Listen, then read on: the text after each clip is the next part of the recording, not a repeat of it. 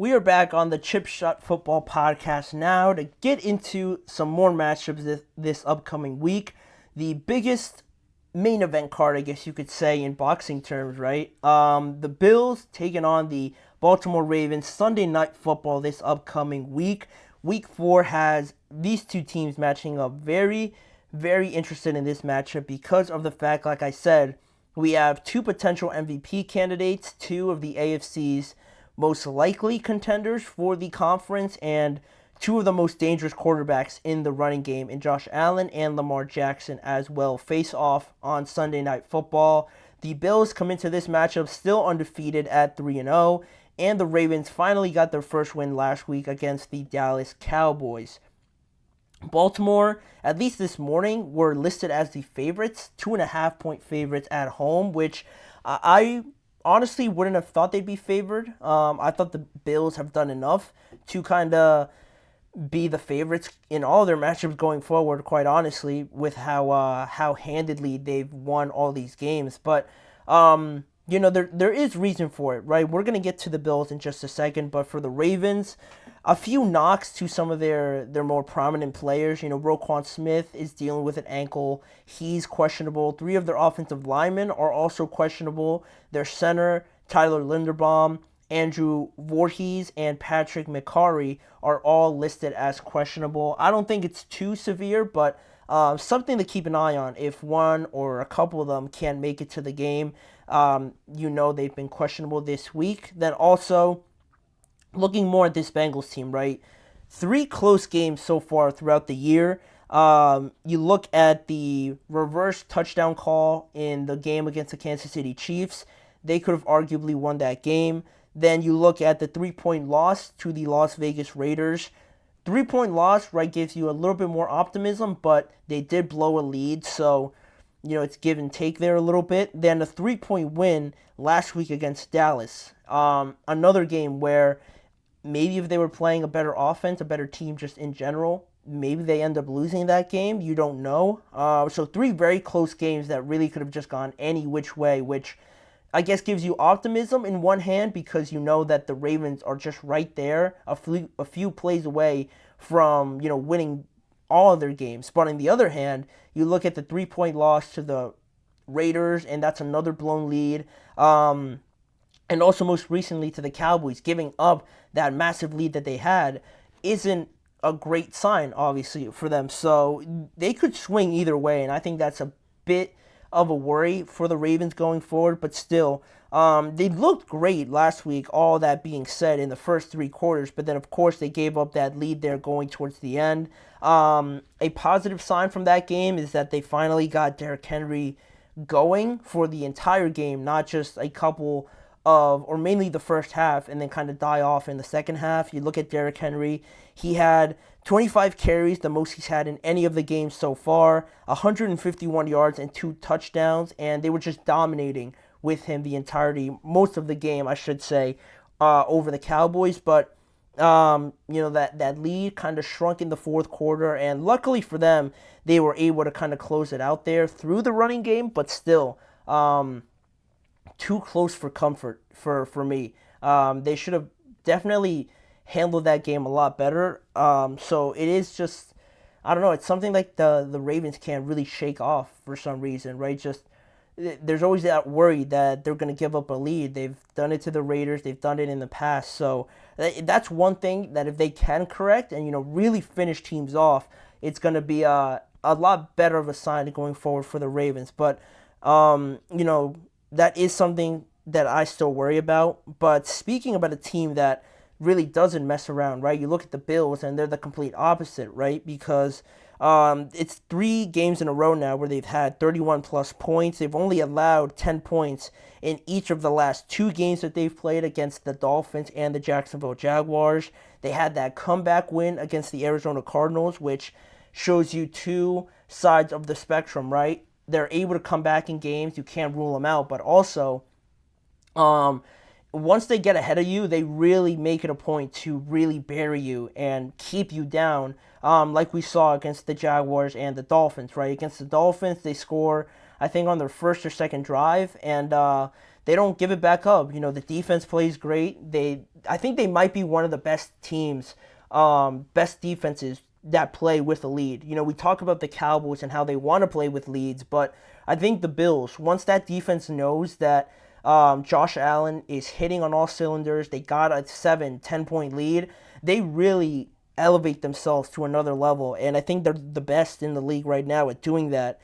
Because like I said, once they have that lead, it looks like Greg Russo, Von Miller, Ed Oliver, AJ Epinesa really do their best to get to the quarterback, just all four of them. And then from that point on, they could drop more people into coverage and they create turnovers. That's something that they do very well. They turn the ball over, get the ball back to their offense, and then you find yourself down like 14, 20 points in just like the first quarter, the first half, really. So it's what the Ravens it's kind of like their worst nightmare, I think, just again, for a lack of a better terms, right? Because they're able to come back, the Bills are, and also they're able to hold leads. And for the Ravens that have kind of become notorious to giving up those leads, it's not something you'd want to be known for going up against the Buffalo Bills. So the Bills are coming in here a lot more optimistic, riding high on all these wins, but they are doing it still without some of their best players on defense. There's going to be no Terrell Bernard or Taron Johnson again in this game.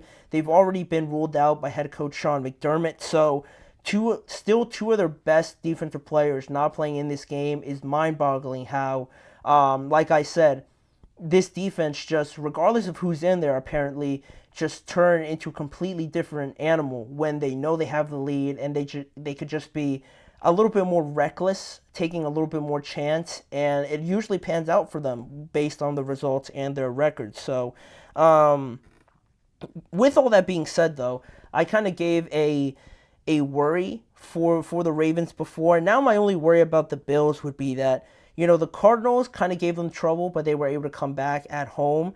Then you play the Jaguars, who didn't look great, haven't looked great at all, arguably one of the worst in the NFL. Then the Miami Dolphins, there's just something weird there, right? Whenever they play the Dolphins and the Bills, it just looks like the Dolphins are beat. They beat themselves before the game even starts. And now this is really one of their first legitimate chances to play against a very good defense and a very, very tough offense to stop with Derrick Henry, with Lamar. I'll be interested to see how dominant maybe the Bills are, or maybe they show a bit of what's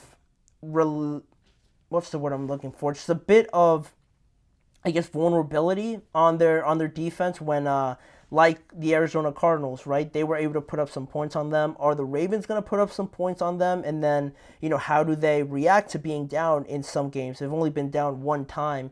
They were able to come back, but I want to see another team really challenge them to reassure myself that this Bills team is certainly playing like the best team in the NFL. So if they're able to kind of get tested here and win this game, it'll be a very good sign going forward. But looking at some of the key matchups to help us determine who will win this game, it starts with Derrick Henry and Lamar Jackson against that Buffalo run defense. Can they impose their will on the Ed Olivers, the Von Millers, and get those guys to come back down from the pass coverage, right? Can they load up the box a little bit more, not just have Von, Ed, and AJ Epinesa get home just rushing four? Are they able to bring more guys down, trying to stop Derrick Henry, trying to stop Lamar from running the ball? And once they do that, who benefits off of that? Are we going to see another big game from Isaiah Likely? We haven't really mentioned him since week one. Is Mark Andrews going to look more of the same?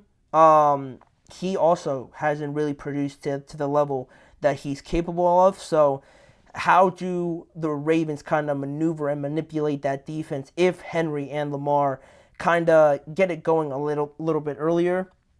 Then on the other side, very similar topic here, very similar matchup. Baltimore's offensive line, banged up and all, going up against the Bills' front four. Because if they're able to still get home with four, and they're able to keep Lamar in the pocket, and they really can't get anything going with Derrick, then it really becomes a problem, I think, where they become one-dimensional. And when you do that, we saw it against the Miami Dolphins, we saw it against the Jaguars. This Bills team is really in a comfortable spot when they know you have to pass, when they know they're getting home with just 4.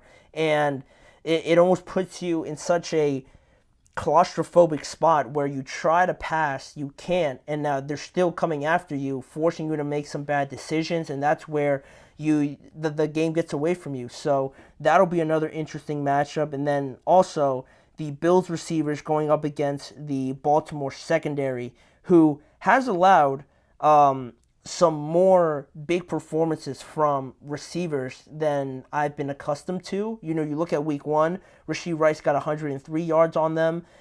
Second week, Brock Bowers and Devontae Adams got nearly 100 yards each on this Baltimore defense, and Jake Ferguson last week had 95 yards on them receiving. So they're not so locked down, so pressed up against opposing receivers, it seems like, this year, for whatever reason. And can the Bills receivers have success there with Khalil Shakir, Keon Coleman? Dalton Kincaid could have a big game like Jake Ferguson did last year. That'll be another matchup that I'm very interested in watching. And one of the biggest factors, just here before I get into my predictions, is that which defense can contain and can really pressure the opposing quarterback, right? Because Josh, I've mentioned how this offense is so balanced that everything that they do looks like it's supposed to happen exactly like it turns out, right? Their execution is perfect, the timing. No defense has really been able to disrupt them. Are the Baltimore Ravens able to do that and maybe force Josh into some bad habits, some risky throws like he used to do a couple years ago, right? It looks like that's out of his game. Can the Ravens kind of force him back into those bad habits? And likewise, the Bills defense, can they get after Lamar, limit the amount of rushing yards he has, and force him to be more of a passer within the pocket, and how comfortable he is with doing that, absorbing that pressure as well? That'll be something super fascinating to see. And now talking about predictions, right? I feel like I'm convinced by the Bills enough that I think they're going to win this game. They're new. The Ravens' new and injured offensive line doesn't make me feel that great because they've given up some more pressure on Lamar. I think with this new offensive line, it's still relatively new. They haven't really spent so much game time together. Now they're a little bit banged up with how well Von Miller is as a player, how good he is. Gregory Rousseau is very underrated. Ed Oliver, I believe, is another underrated guy. I think they've performed well enough to make me believe in them to kind of get after Lamar and this offense and really get out in front of them rather than having Derrick Henry and Lamar impose their will on them. And the passing defense is really something also that I wasn't expecting to see as much of a weakness as I am, but I'm looking at guys like Dalton Kincaid, like I mentioned, Shakir.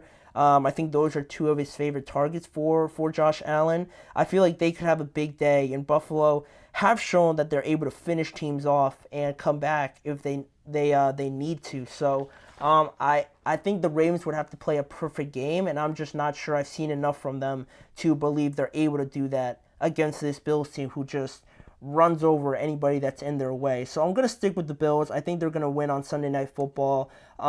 Close game, but still, the Bills will go to 4-0, and the Ravens will go to 1-3. And with that, we're going to move on to the last segment of today's show. We started this episode, talking about the Cowboys game tonight. We're going to finish with another segment about the Cowboys. Micah Parsons laying out a challenge to the Dallas Cowboys defense ahead of this game. What did he say, and is it helping or rather hurting this team's morale and just going forward? Is it a good thing or a bad thing that Micah is talking so much in the media about this Dallas Cowboys defense? We're going to answer that question right after this break.